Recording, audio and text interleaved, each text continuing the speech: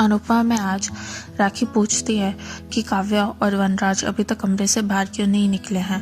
अनुपमा कहती है कि अगर उसे यह जानने की इतनी ज़्यादा इच्छा है तो वो रूम में जाके चेक कर सकती है।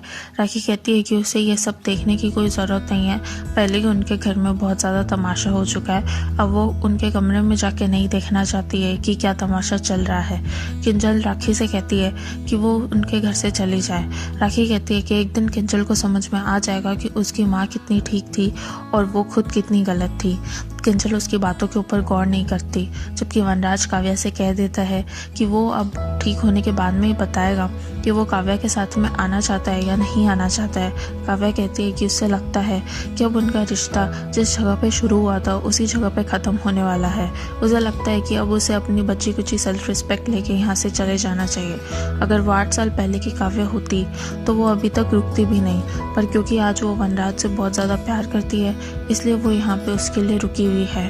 काव्या वहाँ से जाने लगती है। राखी उसे टोकती है। वह कहती है कि अनुपमा ने बहुत ही अच्छे पकौड़े बनाए हैं, वो उसे खा के क्यों नहीं जाती है। काव्या उसकी बातों के ऊपर गौर नहीं करती और वहाँ से निकल जाती है।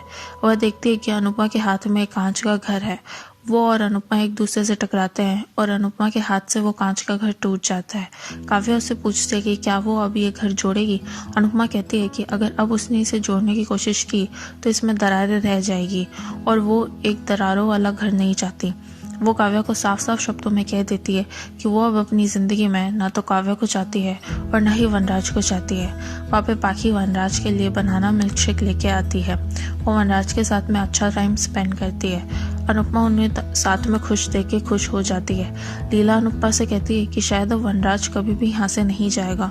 उसने कहा तो नहीं है, लेकिन उसे लगता है कि वो काव्या के पास वापस नहीं जाना चाहता। अनुपमा ये सुन के थोड़ी दुखी हो जाती है। लीला उसे इतना घमंड नहीं दिखाने के लिए कहती है। आगे अनुपमा, वनराज और काव्या एक दूसरे को याद कर रहे होते हैं। वो पुरानी बीती बातों को याद करते हैं और चिंतित दिखते हैं। बाद में वो सो जाते हैं। इसके बाद में अगली सुबह लीला कहती है कि अभी तक हसमुख और समर मंदिर से लौट के नहीं आए हैं। उसे उसके हलवे की चिंता हो रही है, कहीं वो ठंडा ना हो जाए। अनुपमा यह देख के खुशी से हंसने लगती है। वो वनराज के कमरे में जाती है, उसे चाय देती है और इसके बाद में पारितोष और किंजल के कमरे में जाती है और उन्हें कॉफ़ी देती है।